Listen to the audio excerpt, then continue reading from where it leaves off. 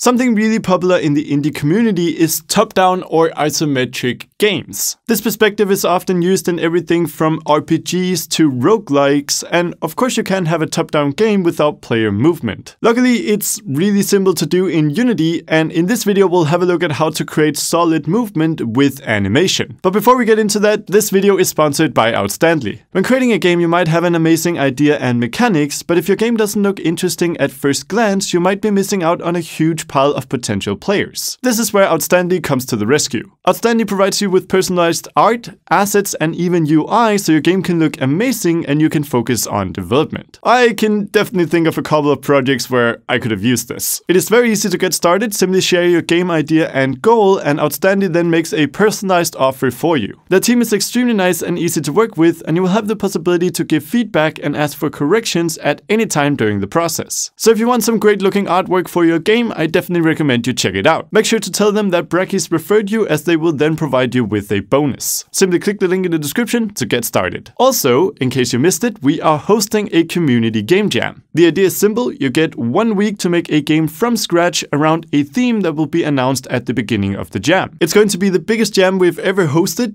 In fact, at the time of making this video, we already have over 3,000 signups, so that's amazing. And we're doing it together with a bunch of awesome guys from the community. Both Blackthorn Prod, Danny, Jabrils, and Saiku are helping host the event. And we'll all be documenting our game development process. The event will take place the last week of August, and I will also be making a video afterwards showing off my favorite entries from the jam. So make sure to click the link in the description and join the jam. Alright, with that said, let's get moving. So as you can see, I've set up this quick example level, and the sprites that I'm using are from the Tiny RPG Forest pack, which is available for free on the Unity Asset Store. I've made a few changes to some colors in Photoshop, but otherwise they're completely unchanged. So the first thing that we want to do is of course bring in our player. So I'm going to go to the Tiny RPG Forest folder. I'm going to go under Artwork, Sprites, and find the Hero folder. And in here we have sprites for different animations. First of all, we need the idle animation, so let's go under idle here. And as you can see, they've created 3 different sprites for the different directions our hero can be facing. So I'm going to take the hero idle front here, and I'm simply going to drag it into our scene. Now I've gone ahead and set all of these sprites to a pixels per unit of 16. By default, this was set to 100, and so everything was much smaller. So if your character is also too small, you can simply go in and set this to 16 and hit apply. And just a quick tip, if you want to do this for all the sprites in your project, you can always go here and select texture and then simply shift select everything that comes up. And this way you can change the pixels per unit for all of them at once. Awesome, so now that we have our hero here, let's go ahead and rename him to player. And now we're ready to start moving him around. This is done in 2 steps. The first step is adding the actual movement to our game object. And the second step is adding animation to our player based on that movement. So both steps are actually fairly simple. The first step is going to require a bit of programming, but it isn't too bad. So let's start by hitting Add Component, and we want to add in a rigid body 2D component. This will enable physics on our object. Let's set the gravity scale to 0 so that our player doesn't just immediately fall down. And we can also go under Constraints and freeze the rotation on the Z to make sure our player doesn't rotate. And with that, we're ready to create our player movement script. So let's hit Add Component, search for Player Movement, hit New Script, and create an ad. And let's double click it to open it up in Visual Studio. So the first thing that we want to do here is get rid of our start method. We won't be needing that, and instead we want to add a few variables. The first one we're going to need is a movement speed. So let's create a public float with our move speed. Let's default it to something like 5. We'll also need a reference to our rigid body, since that is the component that is going to act as the motor that moves our player. So let's create a public rigid body 2D, and let's just call it RB for short. And now if we save this and go into Unity, we can see the 2 variables under our player movement. We have the move speed that we can adjust any way that we'd like, as well as an empty field for our rigid body. So let's simply take our component and drag it in, and we've now linked this component to our player movement. And that means that we can now access it to move around our player. And we could of course do this inside of our update method. Update is called once per frame, so it makes sense to use it to move around our player, since this way we can gradually move him by moving him a tiny bit each frame. However, update isn't actually a good place to do anything related to physics. The reason for this is that your frame rate can constantly change, which makes physics fairly unreliable. Instead, it's recommended that we use something called fixed update. So let's go ahead and create that function right here. We'll go void fixed update, and we can then add the parentheses and curly brackets just like our update method. So fixed update works in the exact same way that update does. It's also called a bunch of times per second. However, it's executed on a fixed timer and not stuck to the frame rate like update is. By default, fixed update will be called 50 times a second. So this is much more reliable when working with physics. However, we do still want to use update for registering our input. So we'll keep both functions here and we'll handle all of our input inside of update and we'll handle the actual movement inside of fixed update. This is a really solid way to handle movement in Unity and we'll make sure that we don't get any weird behavior. So let's start by registering some input. Again, we do this inside of the update method. Here we can use input.getAccessRaw in order to get some input in a certain dimension. First of all, we're going to get our horizontal input. And the cool thing about this function here is that it's going to give us a value between -1 and 1 depending on our horizontal input. So if I press the left arrow on my keyboard, that means we want to move to the left. And so this function is going to give us -1. If I press the right arrow, that means we want to move to the right, and this function is going to give us 1. And if I don't press anything at all, it's going to simply return 0. By default, this will both work with the arrow keys, the WASD keys, as well as controller input. However, I will mention that Unity is currently working on a new input system that will replace this. I can't imagine this not working for quite some time, but if you're watching this in the future and you're getting issues, you might want to check out our video on the new input system. That should help you fix your problems. So now that we're getting this value between -1 and 1, we want some way to transfer it from our update over to our fixed update so that we can move around our player based on that value. And to do that, we can simply create a variable up here to store it. So let's create a vector2 called movement. And because this is a vector2, it will both store an x and a y, so a horizontal and a vertical. And that way we can simply set movement.x equal to input.getAccessRaw horizontal and movement.y equal to input.getAccessRaw vertical. So now we're both getting the horizontal and the vertical movement, and we're storing it in this vector2 called movement. And this means that we can now go to our fixed update and use this movement variable to actually move our player. We'll do that using our rigid body, so RB, and a function on here called movePosition. This is simply going to move the rigid body to a new position and make sure it collides with anything in the way. And the new position that we want to move to is our current position, so rb.position, that is the current position we're in, plus our movement. And because we want to control the speed of our movement, we'll multiply that with our movement speed, and that should work. However, to make sure that our movement speed will always stay the same, no matter how many times our fixed update will get called, we can also multiply with time.fixedDeltaTime. This variable is simply the amount of time that has elapsed since the last time the function was called. And the result of that is a constant movement speed. If that's a bit confusing to you, don't worry, I totally get it. It was for me in the beginning, but for now we can go ahead and hit save. Let's head on into Unity and let's try and hit play. And if I now press W, you can see I move up. S, I'm going to move down. A to the left and D to the right. And I can do this with the arrow keys as well. Awesome, so we can now move our character around. The next step is adding animation to reflect this movement. So to do that, we of course first need to create some animations. You can of course make these yourself in a program like Photoshop. In my case, the character from the Tiny RPG pack actually comes with animation. So let's again navigate to the hero folder here, and as you can see, there are a bunch of different animations here. You'll also want to go to Window, Animation, and open up the animation window. Not the animator, but animation. And this is where we can create individual animations. So with the player selected, we're going to hit create. Let's create a new folder for this called animation, because we're going to be storing multiple of them in here. And let's start by creating an animation called player_idle. Let's hit save.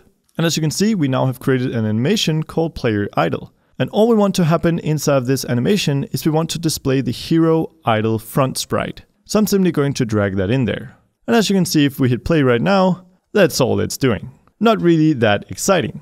So let's go ahead and create another one. Let's hit create new clip. Let's go player underscore walk underscore up. So we'll use this whenever we are walking in the upwards direction. And this is a bit more exciting, because for this we'll use the hero walk back animation. And as you can see, this consists of multiple sprites. So I'm simply going to select the first one, hold down shift and select the last one, and then we can simply take all of them and drag them into the animation window. And right away, if we go back to our player and hit play, we can see that plays an animation. It's currently way too fast, so go to the cog here and make sure that show sample rate is selected. We can then go to the left here, and under samples, let's change that from 60 to 12. Samples basically means the frame rate for our animation. So if we hit play now, we can see that it's much slower, which looks a lot better. So that is our walk up animation. Let's go ahead and create another one. We'll call this one walk down. This time we'll go to our hero walk front, select all of our sprites, drag them in, set the samples to 12, and let's hit play. That looks good. Let's do the same thing for walking right. So player walk underscore right. Let's go to our hero walk side folder, select all of these and drag them in, samples to 12 and hit play. That also looks good. And finally, we want to create one for walking left. However, by default, this pack doesn't have separate animations for walking left.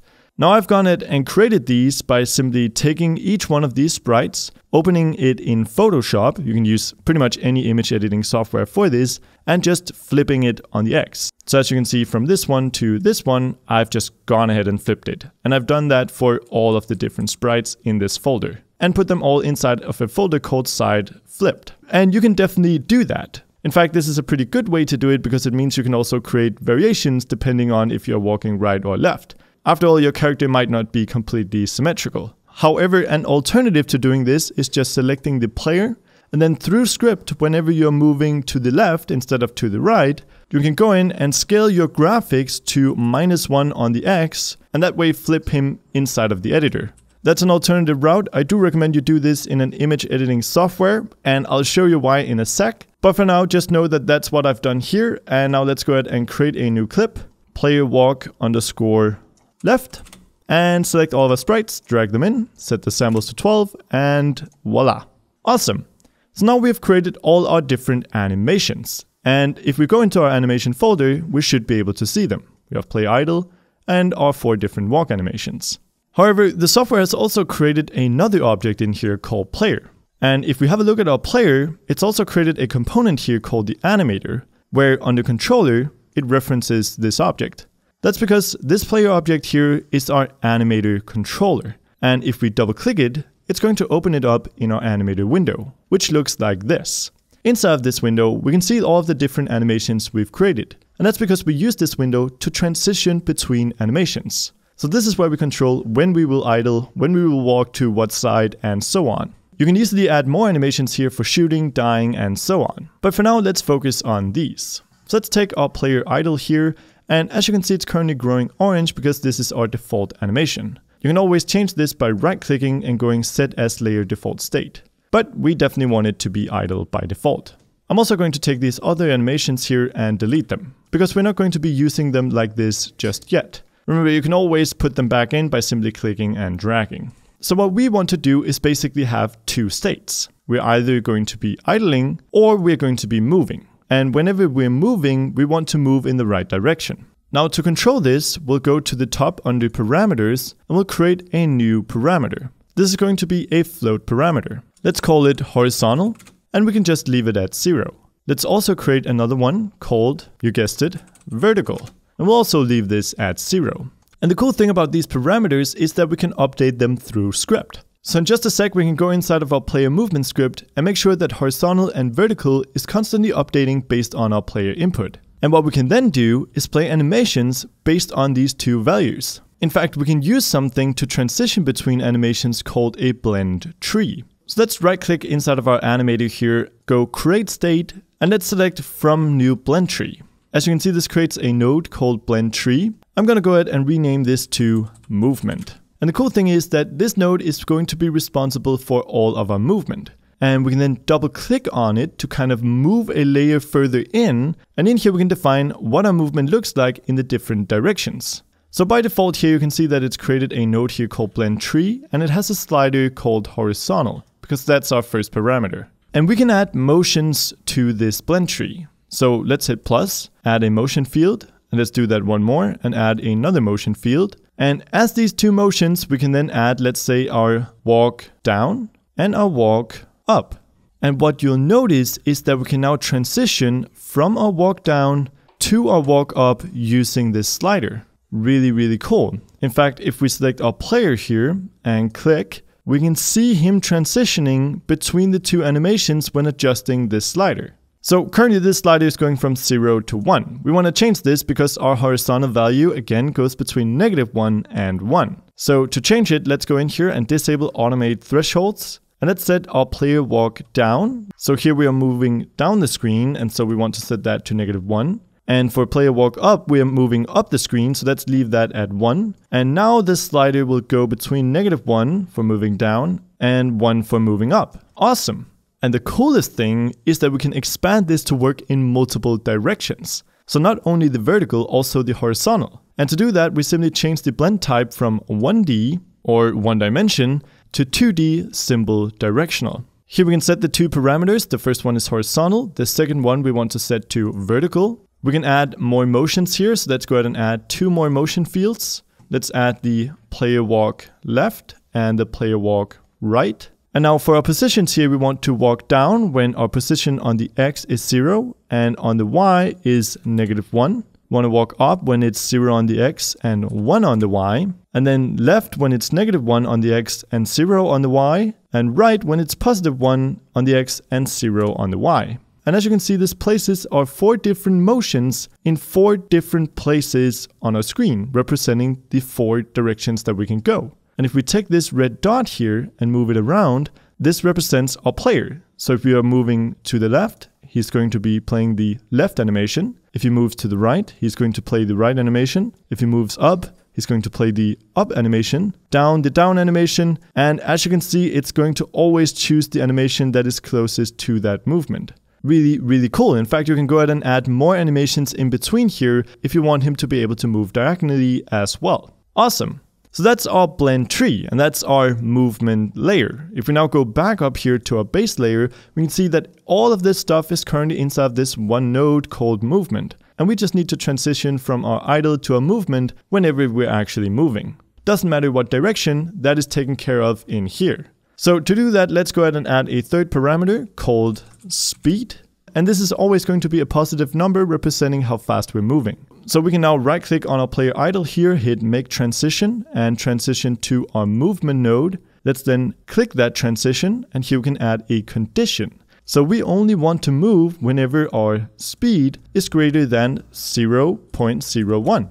Just a really small number. And we also want to make sure that this animation is instant. So we will disable has exit time, so we don't wait for the previous animation to play out. And under settings, we'll set the transition duration to 0. And we can do the same thing to go back from movement to our idle animation. So let's right click, make transition, click on our idle animation. And now under this transition, we'll set a condition that we want to go back to idling whenever our speed is less than 0.01. Again, we don't want this to have exit time, and let's set the transition duration to 0. And that's actually it for setting up our animated controller. Now we could go ahead and add this to the script right away, but we can actually preview what's going on by going into our game view, and then clicking and dragging and docking our animator to the right here, and then let's hit play. And as you can see, when we are selecting our player here, it's currently playing the player idle animation. However, if I go ahead and increase the speed here to 1, we can see that it changes to the movement animation. And if I increase the horizontal movement, it's going to go to the right. If I decrease it below 0, it's going to go to the left. And the same thing with the vertical. So right now he's moving down. I can also make him move up and so on. So really cool. It looks like our animated controller is working. So now all we need to do is go into our script. In here, we'll need a reference to our animator component. So we'll create a public animator, and let's just call it animator with a non-capital A. Inside of our update method, we'll go animator.setFloat. This allows us to adjust a parameter. We want to set the horizontal parameter to our movement on the X, which is the same as what we get right here. And we'll do the same thing with the vertical. So I'm just gonna copy this line here and we'll go animator.setFloat on the vertical to our movement on the Y. And finally, we want to set the speed. And to do this, we'll use animator.setFloat as well. This time we'll access the speed. And instead of setting this to the movement on the X or the movement on the Y, we can use something called movement.magnitude, which is going to be the length of our movement vector, which means our speed. Just to optimize this a tiny bit, we can actually use square magnitude, which is the squared length of the vector. And this is going to work just as fine because it's still going to be positive whenever we're moving, but it's actually a bit more optimized because we don't need to do a square root calculation on this vector. I know that's a bit complicated, you can just use magnitude if you want, but just know that this is actually a nice little performance trick. So if we now save this and go into Unity, let's select our player, and there's now a variable here called animator, where we'll drag in our animator component. And if we then maximize and hit play, we can move up, down, to the left, and to the right, and our character is always going to be animating. Yay! That's it, that's how to do top-down movement in Unity. And again, if you'd rather flip your player through code instead of doing it through animation, you can always go in here and adjust transform.local scale and then simply flipping that on the X. However, I think using animation for this is really nice because it allows us to do all of this fancy stuff inside of the blend tree, and the animator is simply going to take care of everything for us. Woohoo! So that's how to make top-down movement in Unity. Now, recently I've seen a lot of people making breakdown videos on YouTube. Things like VFX artists break down movie scenes and dialect coach breaks down actors' accents. And I thought it could be really cool and fun to do something similar but about game development. Maybe offer some insight into how games are made and what makes some games look better than others. So if that is something you would like to see, definitely let me know in the comments. Also make sure to sign up for the community game jam. Simply click the link in the description to read more and join the jam. And don't forget to check out Outstandly to spice up your game with some great looking art. Simply click the link in the description to get started. On that, thanks for watching and I will see you in the next video. Thanks to all of the awesome Patreon supporters who donated in July, and a special thanks to Infinity PPR, Dennis Sullivan, Lost to Violence, Love Forever, Chris, Faisal Marify, David Lipka, Leo Desset, Runen, Daniel Desanik, Jacob Sanford, Konstantinos Kurenzas, Naoki Wasaki, Gregory Pierce, Alison the Fierce, Erasmus, and Kirill Svidersky. You guys rock!